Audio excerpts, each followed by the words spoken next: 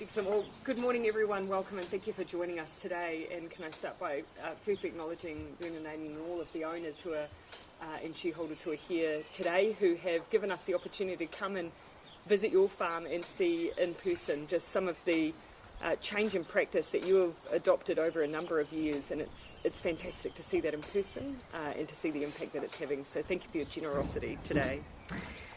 Nearly 3 years ago, the government and farming leaders announced a partnership that was the first of its kind in the world. He waka ika noa, our future in our hands. A proposal that committed government and the agricultural sector to work together to develop a plan that reduces emissions and prices methane and nitrous oxide at farm level by 2025. Today, that partnership has resulted in a pragmatic set of proposals that will reduce agricultural emissions, meet our 2030 methane target, and in doing so, enhance our export brand. We agree with He Waka Ika Noa and the Climate Change Commission that farm-level pricing presents the best opportunity to meet our emissions targets.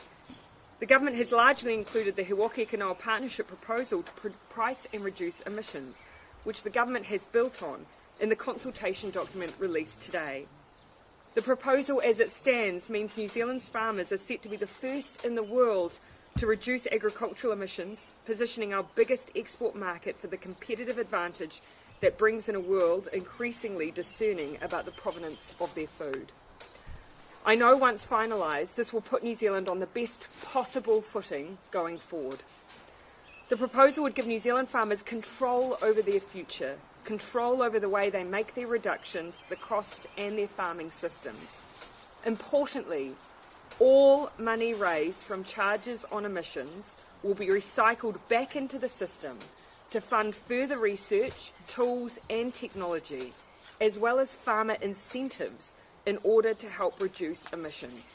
All revenue will go back into those goals. I know Minister O'Connor will speak to the specifics of this a bit more shortly. But for now, let me say this. Here we have a proposal to make our farmers not only the best in the world, but the best for the world. That has the potential to unlock an emerging and significant price premium for climate-friendly agricultural products and boost our export brand. It's a system the sector has come up with, which has largely been backed by the Climate Commission and the government. Let's all be open. This has not been done anywhere yet, and as with any first, it won't be perfect, and we're open that this proposal is not. But the objective to drive as much consensus as possible is important in getting a system set up that lasts the distance, and that importantly over time we can refine together to make sure it achieves our shared goals. I've been on 5 trade missions so far this year, and each and every one has had the issue of climate and food production and food security raised with me. Our recently incredibly high-value New Zealand-UK FTA locked in the most significant climate chapter in our trading history, and there is emerging evidence that the global marketplace pays premiums for carbon-neutral products that it can increase profitability of some farms. I saw for myself the incredible interest in Silver Fern Farm's net carbon zero beef after we promoted it in the United States. There is such huge opportunity for New Zealand in the world right now if we get this right, and today shows that we are on the right track. And so I will support our primary sector to make this change, just as they have made changes to prepare for the future before. And I will continue to be their biggest advocate in the global marketplace because I genuinely believe that New Zealand farmers are the best for the world. Today I can conclude on this, another landmark day in New Zealand's transition to a low emissions future, on the delivery of a promise to price agricultural emissions from 2025 to say thank you. We now have to work through much more together via a consultation process to make sure that we get all the elements of the scheme right and how to make clear to each and every farm, including on sequestration and the levy setting process. In particular, I want to make clear that with dry stock, deer, sheep and beef farmers are more greatly affected by this proposal, that the government remains open to providing support, including transitional support. Let's talk about how we can make this system work. There are issues for us to work through to make that happen. But for now, let's look to how far we have come. Let's look to the certainty that has been found through a process of partnership for the benefit of every New Zealander now and for the generations to come, who will thank you for this action. Now I'm going to hand over to Minister Shaw, and then we'll conclude with Minister O'Connor, and then we'll be happy to take your questions. Tēnā koutou katoa. If we're serious about the climate crisis, we must reduce emissions urgently. Our government made a promise to cut agricultural emissions, and today we are taking a step towards that.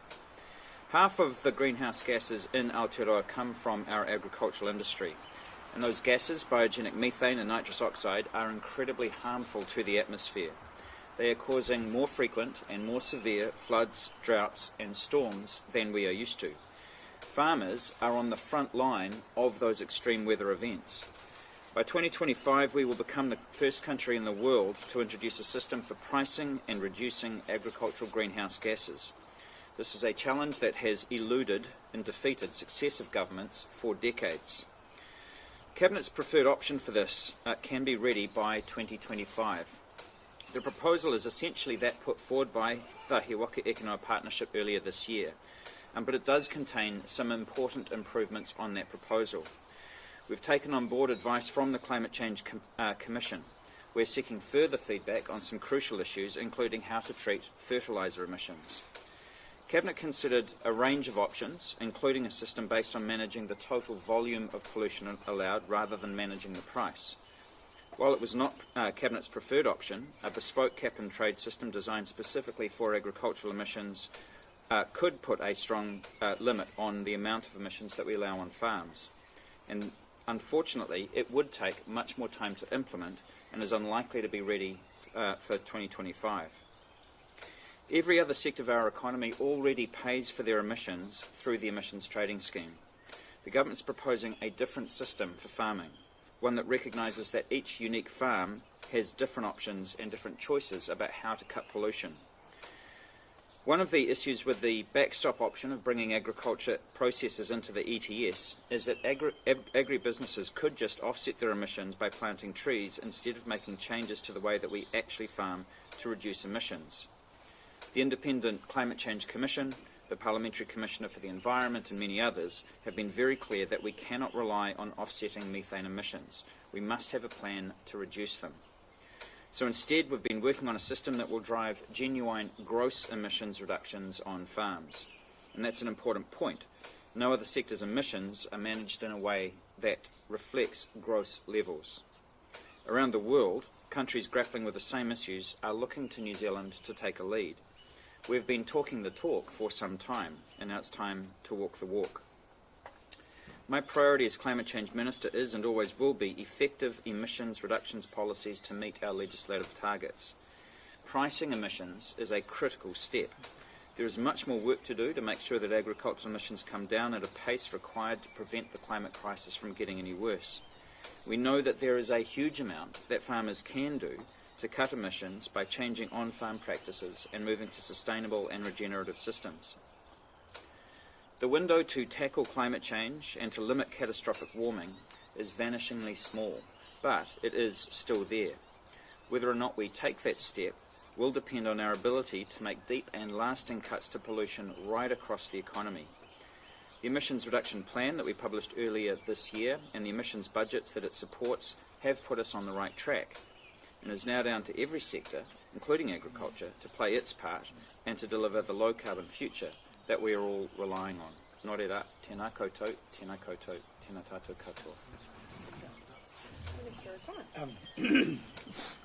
Kia ora. Can I just acknowledge Kawaii Dairies? It's great to be here, to all the owners and people, to be on a farm that is innovative, that has done a lot to stay ahead of the curve, and they represent what is possible. Can I just say, I'd like to acknowledge sector industry leaders, my boss and Mr Shaw, for their commitment to a process that has been truly inclusive. This is not an easy thing, to expect change and to want and need change across our primary sectors. But we've done it before and we can do it again. And the one thing I know about the New Zealand farming sectors is that they can adapt to the challenges that they face. Whether it be the weather, whether it be the increasing cost of inputs, or be it the need to change what they do on farm, we can do this. And as I've travelled around the world in my trade portfolio, carbon is the currency that people are talking of, and climate change is the panic and the sense of focus that each and every one of our trading partners is looking at. I'm going to sing this afternoon with the Secretary for Agriculture from California. She said to me, what we thought we had 10 years to plan for, we are facing right now in terms of climate change, whether it be in Florida, where we have the storms, or the fires in California. People are really becoming alarmed at what they have to do. We are in a position where we can stay ahead of that, and as farmers and as food producers, show the world how we can reduce our carbon footprint and feed the world in the way that they expect. This is an opportunity for New Zealand. It's an opportunity for our farmers and our food producers.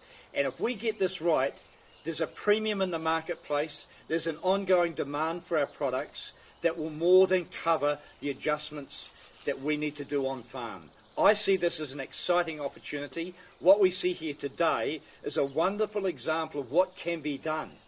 They're not massive changes. Some solar panels, some electric vehicles, some changing to pasture species. All these things will contribute to a lower carbon footprint from our farming systems. So I'm excited. We do have to listen to feedback through this consultation process. There are some adjustments that can be made, but there's a lot of support that we've put through real money, over $300 million to carry out further research with industry to work on more things that we can do to reduce our carbon footprint. So look, thank you very much, as I say, for hosting us here, for showing us what can be done, and I guess we just have to get out and help other farmers learn what is possible, and then we'll get there. Kia ora.